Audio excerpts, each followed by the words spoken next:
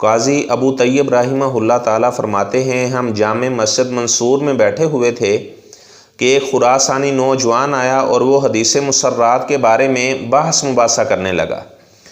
تو ایک آدمی جو اس مجلس میں بیٹھا ہوا تھا اس نے حضرت ابو ہریرہ رضی اللہ تعالی عنہ کی روایت سنائی کہ وہ آدمی جو مسرات جانور کو خرید لیتا ہے وہ 3 دن کے اندر اندر جانور واپس کرنے کا اختیار رکھتا ہے اور وہ ساتھ ایک سا بھی کھجوروں کا واپس کرے گا۔ بعض لوگ اس حدیث کو نہیں مانتے، وہ کہتے ہیں کہ اس حدیث کو بیان کرنے والے سیدنا ابو ہریرہ رضی اللہ تعالی عنہ ہیں اور وہ غیر فقیہ ہیں، معاذ اللہ، علیاذ باللہ۔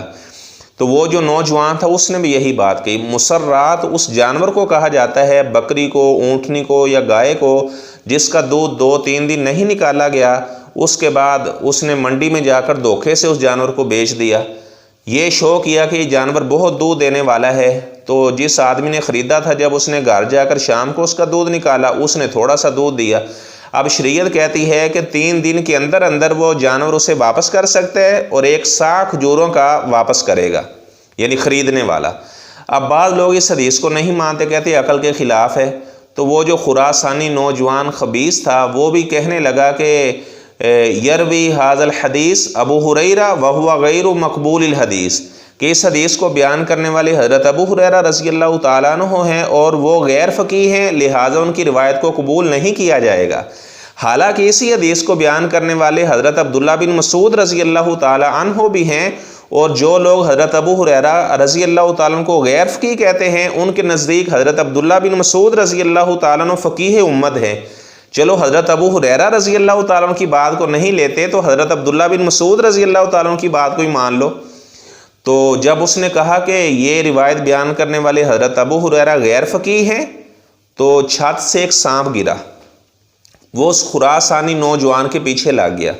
یہ واقعہ امام ابن جوزی رحمہ اللہ تعالیٰ نے المنتظم نامی کتاب میں اس کا بیان کیا ہے، اور جامع ترمذی کی جو شرح ہے العرف الشذی کے نام سے انور شاہ کشمیری نے جو اس کی شرح لکھی ہے اس میں بھی یہ واقعہ حدیث مسرات کے تحت العرف الشذی میں بھی یہ واقعہ موجود ہے۔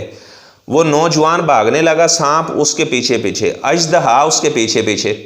لوگوں نے اسے کہا کہ اللہ کے بندے، آپ نے حضرت ابو ہریرہ رضی اللہ تعالیٰ عنہ کی گستاخی کی ہے، اللہ سے معافی مانگ لے، استغفر اللہ، اللہ سے معافی مانگ لے، یہ سانپ آپ کا پیچھا چھوڑ دے گا۔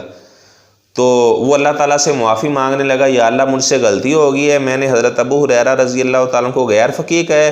جیسے اس نے اللہ تعالیٰ سے معافی مانگی تو غابت الحیہ، وہ سانپ بھی غائب ہو گیا۔ تو میرے بھائیو، تمام صحابہ سے پیار کرنا چاہیے۔ آپ صلی اللہ علیہ وسلم نے خصوصاً حضرت ابو ہریرہ رضی اللہ تعالیٰ عنہ کے بارے میں فرمایا، آپ نے فرمایا کہ یا اللہ ابو ہریرہ میرے صحابی کو اور ان کی والدہ کو مومنین کے دلوں کے اندر یا اللہ ان کی محبت ڈال دے۔ تو حضرت ابو ہریرہ رضی اللہ تعالیٰ عنہ فرماتے ہیں اللہ کی قسم آپ صلی اللہ علیہ وسلم کی یہ دعا قبول ہوئی، جو بھی بندہ میرے بارے میں سنتا ہے حالانکہ اس نے مجھے دیکھا نہیں بھی ہوا اور وہ مجھ سے محبت کرنے لگ جاتا ہے، یہ آپ صلی اللہ علیہ وسلم کی دعا کا نتیجہ ہے۔ ہماری ماں حضرت عائشہ رضی اللہ تعالیٰ عنہ، ان کا جنازہ بھی حضرت ابو ہریرہ رضی اللہ تعالیٰ عنہ نے پڑھایا۔ اسی طرح ام سلمہ رضی اللہ تعالیٰ عنہ ام المومنین، ان کا جنازہ بھی حضرت ابو ہریرہ رضی اللہ تعالیٰ عنہ نے پڑھایا۔ اور آپ صلی اللہ علیہ وسلم نے فرمایا ابو ہریرہ جو آپ سے پیار کرے گا وہ مومن بندہ ہوگا، اور جو آپ سے بغض رکھے گا وہ منافق بندہ ہوگا۔ تو سارے صحابہ حضرت ابو ہریرہ رضی اللہ تعالیٰ عنہ کی بہت تعظیم توقیر کیا کرتے تھے کہ ہم تو جا کر بعض اوقات کھیتوں میں چلے جاتے ہیں، بعض صحابہ وہ دکانوں پہ چلے جاتے تھے کام کرنے کے لیے، اور حضرت ابو ہریرہ رضی اللہ تعالیٰ عنہ کو جب بھی دیکھیں وہ آپ صلی اللہ علیہ وسلم کے قدموں میں بیٹھے ہوتے۔ آپ صلی اللہ علیہ وسلم جو بھی بات بیان کرتے وہ اسے اپنے سینے میں محفوظ کر لیتے۔